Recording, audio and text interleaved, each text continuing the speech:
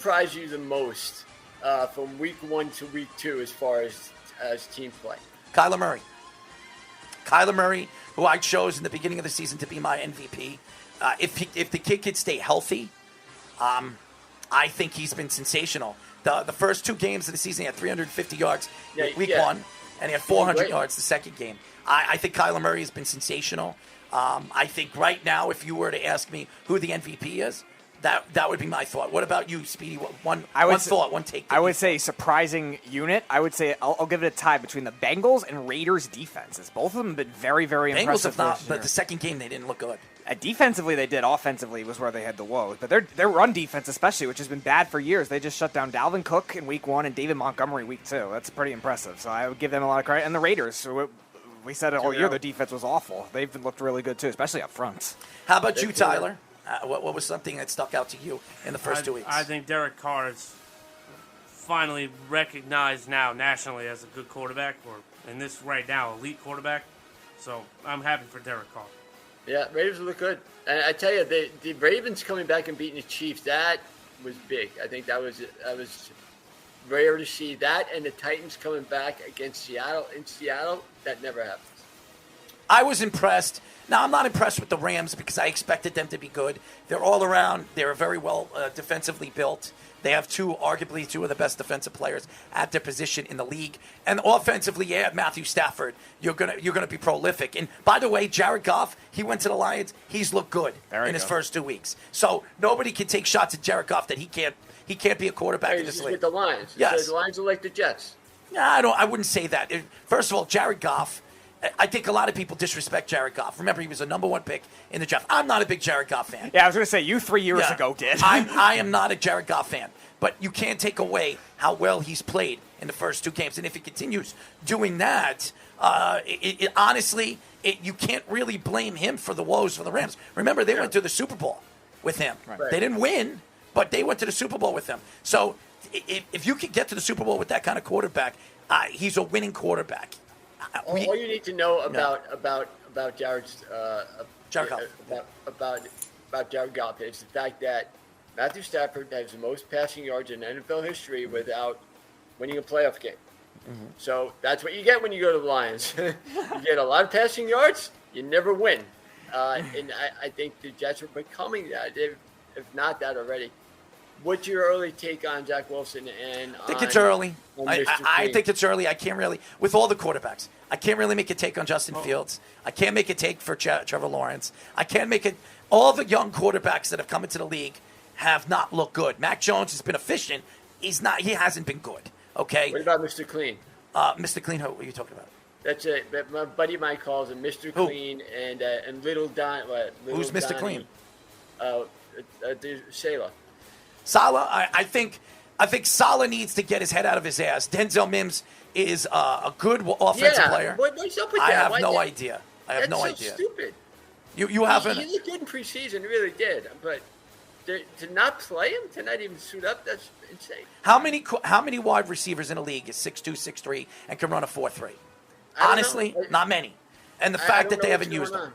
Why would they do that? I think that Mike LaFleur doesn't like him. I think that there were stories coming out here in New York with some of the press stating that he's had his run-in with Mike LaFleur at practice, and some of the players at practice and in the locker room. He believes that he can compete with any of the players, any of the wide receivers on this roster. And honestly, if you look at the roster from top to bottom, he's as good as any one of these guys. Well, that's what he was picked for. Yeah. That's what they spent a second-round pick. Him and Elijah Moore, basically 1A and 1B. I mean, that's why you spend second round. I think he's better than Elijah Moore. I just think it's pathetic that they're not giving him a chance to flourish. Elijah Moore, he didn't have a preseason.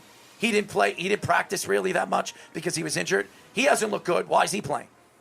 Well, that's what I mean. Like, if you draft a guy in the second round, you can't say that, well, he expects to play. Of course he expects to play. Mm-hmm. Of course he expects to be one of the players out there competing because you spend a second-round pick on him.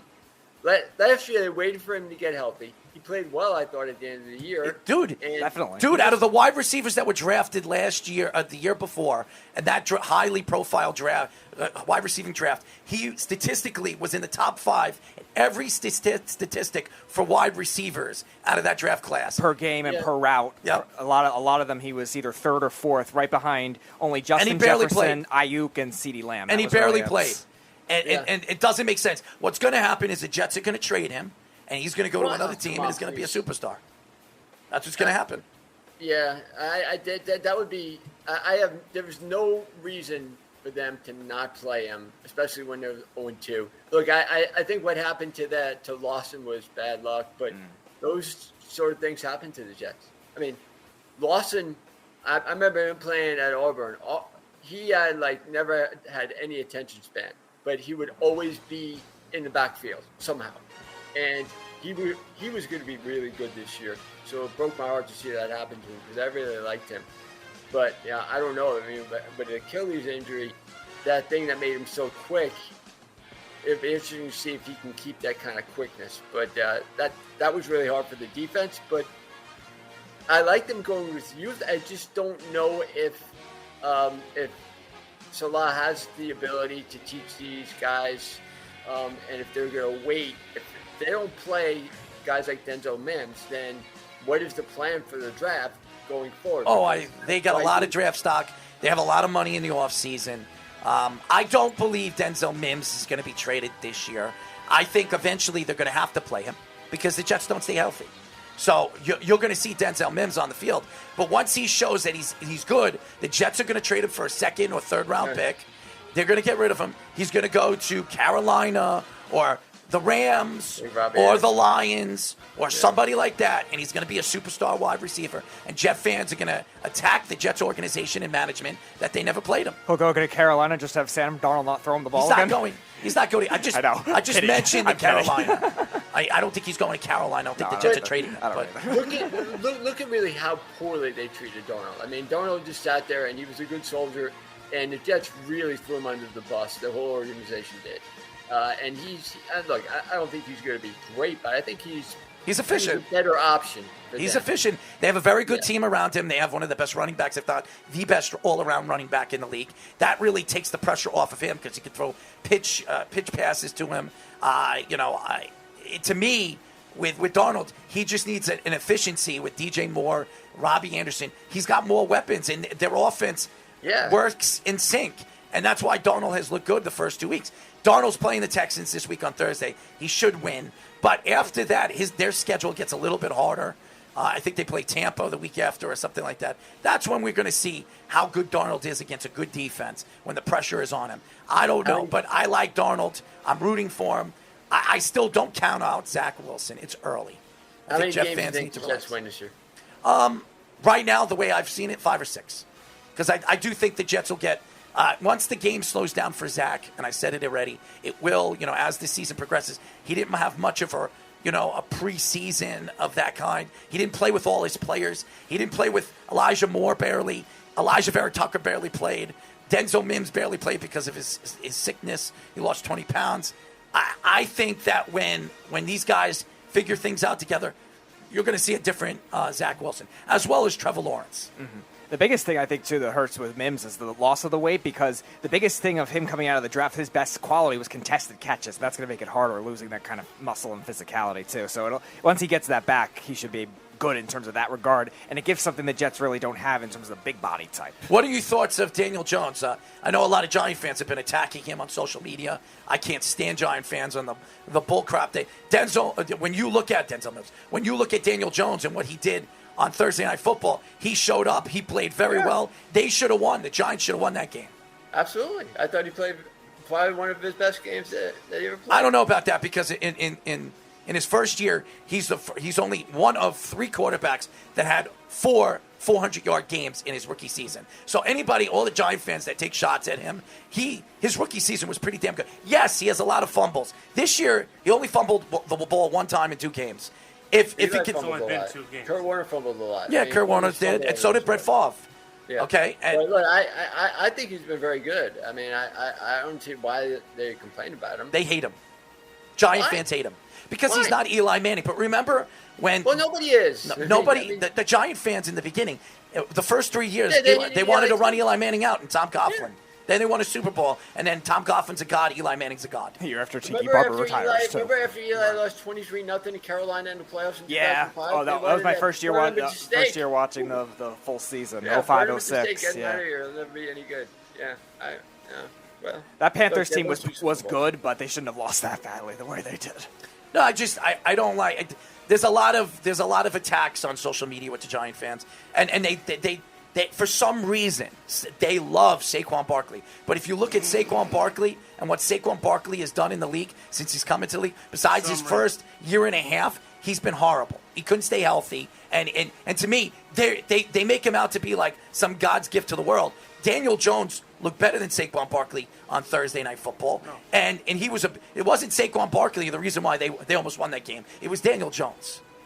All right, your thoughts on Brady and the Buccaneers? I think listen, the Buccaneers, they're in a division that they're absolutely going to win. I don't know if they're going to win back-to-back championships. I don't think they're going to, but I think they're going to be the number one seed in the NFC. I think there are a lot of good teams in the NFC. We've seen that so far. I thought the AFC was going to be stronger than the NFC. Again, I was wrong on that because the NFC in the first two games, Russell Wilson is showing you why he's a sensational quarterback. Kyler Murray, we all thought. Dak Prescott's looked really, really good, too. Right. Yeah, what do you think of Dallas? I don't know what Dallas is. We still don't know what Dallas is. On pace to be their usual 8-8, except there's an extra game this year, so they'll be 8-8-1. Do I see Dallas winning the East?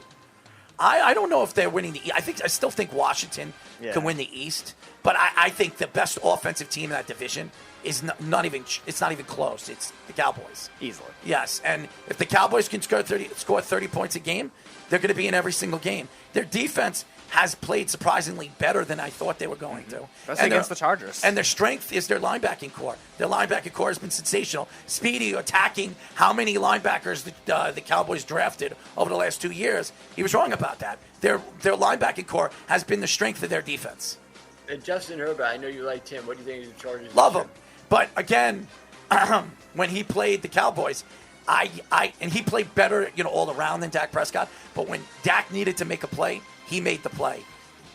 Jared Goff made a lot of mistakes at the end of the game. Threw that interception on the goal line, which cost them the game.